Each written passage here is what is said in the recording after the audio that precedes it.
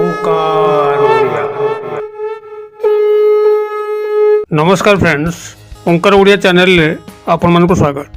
Friends, आज एक क्षुद्र वीडियो रे एभली तीन गोटी शक्तिशाली दिव्य वृक्ष संपर्क में गुरुत्वपूर्ण तथ्य उपस्थापन करने जाऊँगी। जदि कौन व्यक्ति ये तीन गोटी गछ को तार गृह बाड़ी लगाए तेबे सेठी अपूर्व धन प्राप्तिर सुजोग सृष्टि होता है। जेते तंत्र बाधा, कर्म बंधन एवं ग्राहिक दोष खंडन होबार लगी थाए। कौन नेगेटिविटी तार व्यक्तिगत जीवन में रहे नहीं किंबा तार गृह मध्य रहे नहीं। पॉजिटिव तत्वर भरपूर मात्रा रहा फल ता जीवन में से जहाँ मध्य जितेबाला चाहे ताहा ताको तत्काल प्राप्त होगा लगी थाए। तार औरारे एभली दिव्य प्रकाश झटकिबाकू लगे जहाँकि ताको सर्वजनादृत करे। सकारात्मक शक्तिर प्राबल्य हेतु कौन शत्रु, दुष्टतांत्रिक किंबा ग्रहर कोप ताको कौन बाटे क्षति पहुंचे पारे नहीं एवं भयंकर क्रूर ग्रह शनि, राहु, केतुंकर मध्य कौन दुष्प्रभाव पड़ी पारे नहीं। दुष्प्रभाव पड़िबा परिवर्ते परम कारुणिक धारा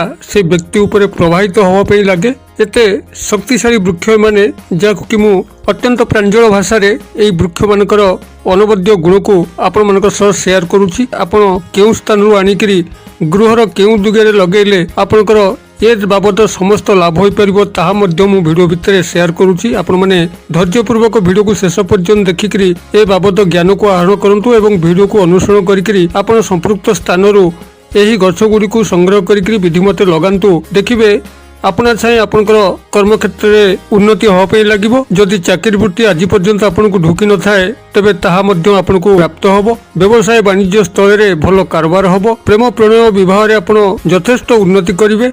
रोग शोक ऋण दुख दाउरु रक्षा मिलिबो। एही अमूल्य तथ्य को आपण मानक सह शेयर करिया पूर्व एठी समस्त को क्षुद्र निवेदन जो माने आज प्रथम बार करके चैनल पाद दैचंती सेमन चैनल करे थिबा लाल कलर सब्सक्राइब बटन क्लिक करी बेल आइकन क्लिक करी ऑल नोटिफिकेशन ऊपर क्लिक करी चैनल को सब्सक्राइब कर नियंतु। एवं जो पुरातन दर्शक भाई माने अछंती जो माने कि हमर नूतन वीडियो गुडी को अपलोड नोटिफिकेशन पाई पाउनंती जा फल कि सेमन चैनल को सब्सक्राइब करथिबा सत्वे कोनोसी नुवा वीडियो देखि पाउनंती सेमन गोटे एठी परामर्श दउची। सेमन चैनल को प्रथमे अनसब्सक्राइब कर दिंतु एवं तापरे सब्सक्राइब करंतु।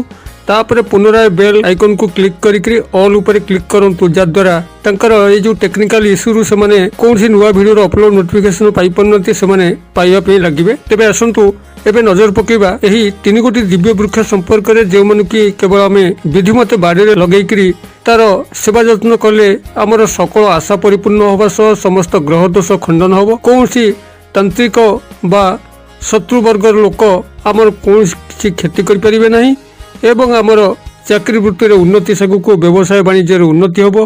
प्रेम प्रणय विवाह भली मांगलिक कार्य त्वरान्वित हो पारिबो। आपनकर एही तीन गोटी दिव्य वृक्ष मध्यरु प्रथम वृक्ष होउची शमी वृक्ष जहाँकि आपनकर माता पार्वती एवं देवदेव महादेवंकर महामिलनरु एही वृक्षर सृष्टि करी तंत्रोक्त शास्त्र प्रमाणित करे। एवं जेतबेले एहार सृष्टि हैला सेतबेले महादेव शिवशंकर यही शमी वृक्ष को संबोधित करी कहते, हे शमी वृक्ष, तोर संस्पर्श में जो व्यक्ति आसब तू तार मनस्काम पूर्ण करू, तार सकल धन ऐश्वर्य ताको भरीदेबू। अतएव शमी वृक्षर यही अनवद्य गुण जोगु ताहा एक दैवी गछ अटे एवं महादेव शिवशंकर शिष्य ग्रहराज शनिश्चर होइतिबा हेतु शनिंकर मध्य यही शमी वृक्ष अत्यंत प्रिय अटे। जदि कौन व्यक्ति प्रत्येक सोमवार ये शमी वृक्षर फूल को संग्रह करी महादेव शिवशंकर शिवलिंग रे चढ़ाए एवं ग्रहराज शनिश्चर को अर्पण करे तेबे तार समस्त ग्रह दोष खंडन होगा सह सकल आशा मनोरथ परिपूर्ण होता है। एथिसह यही शमी वृक्षर पत्रर 108 माला विशिष्ट करी जदि महादेव शिवशंकर पुत्र अग्रपूज्य गजानन श्री गणेश को कौन व्यक्ति चढ़ाए तेबे तार प्रत्येक कार्यर कर्मबंधन कटि जाए। जो कार्य मध्य सी हाथ दे ता सफल होता है। आपण माने एही शमी वृक्ष को केउठारु प्राप्त करिवे एवं कोउ दिगरे लगेबे ताहा मु एही आपनकर वर्णना परे परे कहबी। तेणु करी आपण माने धैर्य सहकारे सुनुथांतु। यार परवर्ती वृक्ष आपनकर आसीबो बेल गछ जहाँकि सर्वत्र देखिया पे मिले। बेल गछर मूଳରେ स्वयं सृष्टिकर्ता ब्रह्मा निवास करथांती। मध्यस्थल रे श्रीहरि विष्णु माता लक्ष्मीकर वासस्थान थाए एवं बेल गछर अग्रभागरे महादेव शिवशंकर वासस्थान थाए एवं ए समग्र बेलगछटी माता पार्वती स्वर्गर उत्पन्न होइतिबारु यह महादेव शिवशंकर अत्यंत प्रिय। बेलपत्र शिवलिंग रे चढ़ेक जेकोसी मनस्काम कले भक्तर मनोस्काम परिपूर्ण होता है। बेलपत्र व्यतिरेके महादेव शिवशंकर पूजा जे असंपूर्ण आपन को निश्चित भाव में जना थी। अतबे ये बेल गछ जार घर बाड़ी थाए तापर कई तंत्रमंत्र प्रयोग करें ना। जदि तंत्रमंत्र प्रयोग होता है ताहा कटि थाए। एक विशेष विधि रे जदि बेलचेर को आपण माने संग्रह करी जाकि मोर पूर्व वीडियो मानकर मु कहिछि आपण रूपा ताबिज रे भरिकरी पुरुष होइतले दक्षिण हस्ते बांधुचंती एवं नारी होइतले वाम हस्ते बांधुचंती तेबे आपणकर मस्तिष्क प्रखरता आसवा सह समस्त इंटरव्यू चाकरी व्यवसाय वाणिज्य रे यथेष्ट उन्नति करने सह समस्त तंत्रमंत्र बाधारू आपण मानक मुक्ति मिलता है। मस्तिष्क प्रखरता एभली भाव में बढ़े जहाँकि जेकोसी व्यवसायी भाई किंबा शिक्षार्थी मानक पई अत्यंत उपादेय अटे। अतबे यही बेल वृक्षर यही महान अनवद्य गुण जोगुरु यह निश्चित भाव में घर बाड़ी लगे कथा। तृतीय वृक्षटी आपंकर आसो रुद्राक्ष गछ। रुद्राक्ष हूँ महादेव शिवशंकर प्रत्यक्ष रूप अटे। रुद्राक्ष रुद्र युक्त अक्ष रुद्राक्ष अर्थात रुद्र कहले महादेव शिवशंकर और अक्ष कहले अश्रु। महादेव शिवशंकर अश्रु ही यही रुद्राक्ष गछर उत्पत्ति। रुद्राक्ष गछर उत्पत्ति सही काल होता जो काल कि दक्ष प्रजापति यज्ञ कुंडे माता पार्वती झास देते से समय जितेबाला महादेव शिवशंकर माता पार्वती यही ज्वलंत शरीर को धरिकी कांदी कांदी समग्र भूमंडल में बुलुले आखिर जो अश्रु सब झरी पड़ूला जो स्थान में पड़ूला से स्थान रुद्राक्ष जन्म होता।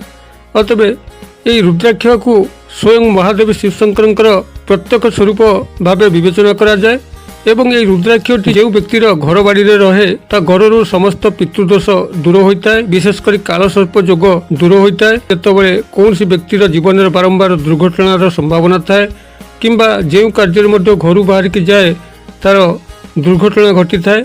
अतबे यही कालसर्प दोष को यही रुद्राक्ष गछ खंडन करिଥାଏ। पितृदोष रु मध्य व्यक्ति को पार उद्धार करता है। पितृदोष एक गहित दोष जो दोष बल कि जेकोसी व्यक्तिर धनहानि घटी थाए एवं कौन कार्य तार अग्रसर हो पारे ना। विशेषकर संतान सुखता कपाल मिले ना। यही पितृदोष एवं कालसर्प दोष अत्यंत सहज भाव में रुद्राक्ष खंडन करने सह गृह एक एभली पॉजिटिव औरा प्रसारित करिଥାଏ जद्वारा कौन दुष्ट तांत्रिक एवं शत्रु माने गृहर किसी बिगाड़ी पारती नहीं एवं रुद्राक्षर सेवा जत्न करुवा व्यक्तिर एक प्रचंड आभामंडल सृष्टि होता है जहाँकि सर्वजन को ता आड़क आकृष्ट करने सह एक प्रभावशाली व्यक्तित्व से परिणत होता है। तेबे आपण मैंने यही तीन गोटी वृक्ष मध्य बेल वृक्ष को तो सर्वत्र देखा मिलुवर जेकोसी भाव ताको संग्रह करेंगे। मात्र ये रुद्राक्ष और शमी वृक्ष आपंकर पाखे जो सब चारा गछ विक्रय करती कि नर्सरी उद्यान विभाग जोगाजोग करके आपण मैंने संग्रह करेंगे। एवं जदि ऑनलाइन रे आपण सर्च करती शमी प्लांट तेबे आपनकर बहुत गुड़े ऑनलाइन संस्था आपन सामना को चली आसो से भली रुद्राक्ष प्लांट बा रुद्राक्ष ट्री मध्य सर्च कले आपनकर बहुत पॉपुलर ऑनलाइन संस्था से मैंने आपन सामना को चली आसबे जद्वारा आप मोबाइल सहायता ऑनलाइन ऑर्डर करी मध्य एही वृक्ष सब को मगै पारिबे। तेबे ए वृक्ष सब आपन पाइला परे जेकोसी सोमवार दिन आपन आनिकरी गृहर उत्तर पूर्व दिग जहाँकि ईशान्य कोण सेठारे लगांतु एवं शमी वृक्ष मूल एक पार्थिव शिवलिंग जहाँकि आप निजे माटी तैयारी करेंगे ताको स्थापन करी दैनिक पूजा अर्चना करूँ एवं यही तीन गोटी वृक्ष मूल आप सकाल स्नान पर धूप दीप नैवेद्य प्रदर्शन करके जलार्पण करूँ। देखिए आपण मानकर यही प्रचेष्टा फल आपणकर गृहर उन्नति होगा सह आपणकर व्यक्तिगत जीवन में जहाँ जितेबाला इच्छा करेंगे ताहा आपण को तत्काल प्राप्त होगा लगे। ये तीन गोटी गछ केवल एक गछ नुहे आपण रक्षा कवच आपण ये साक्षात ईश्वर महादेव शिवशंकर माता पार्वती एवं शनिश्चर प्रत्यक्ष रूप श्रीहरि विष्णु माता लक्ष्मी स्वरूप और ब्रह्माजी स्वरूप। अतबे आपण मैंने तीन गोटी वृक्षर सेवा करने अर्थ आपण प्रत्यक्ष भाव में यही देवादेवी मानकर सेवा करती और से गभीर कृपा पाई पारि। मु आशा कर दर्शक बंधु भिडियोटी निश्चित भाव में आपने बुझीपारे जदि मुझे सठिक भाव में बुझे पारी तो भिडियो को निश्चित भाव में या लाइक करके सांगसाथी महल में शेयर करूँ जेभली कि कहीं यही क्षुद्र भिडियो माध्यम कहार मुहर टिके हस फुटब एवं आपण मानक सर्व देवादेवी कल्याण प्राप्त हो पार। भिडियो क्षुद्र पैसा मध्य मत ये आज विदाय दिंतु पुणी आपण देखा आउ यही एक शिक्षणीय भिडियो से पर्यंत दर्शक बंधु आपण समस्त मंगलमय कृपार भले था रहुची। सर्वे भवन्तु सुखिनः सर्वे सन्तु निरामया सर्वे भद्राणि पश्यन्तु मा कश्चित् दुर्भग भवेत्। ओम शांति ओम शांति ଓಂ ଶାନ୍ତି। ନମସ୍କାର।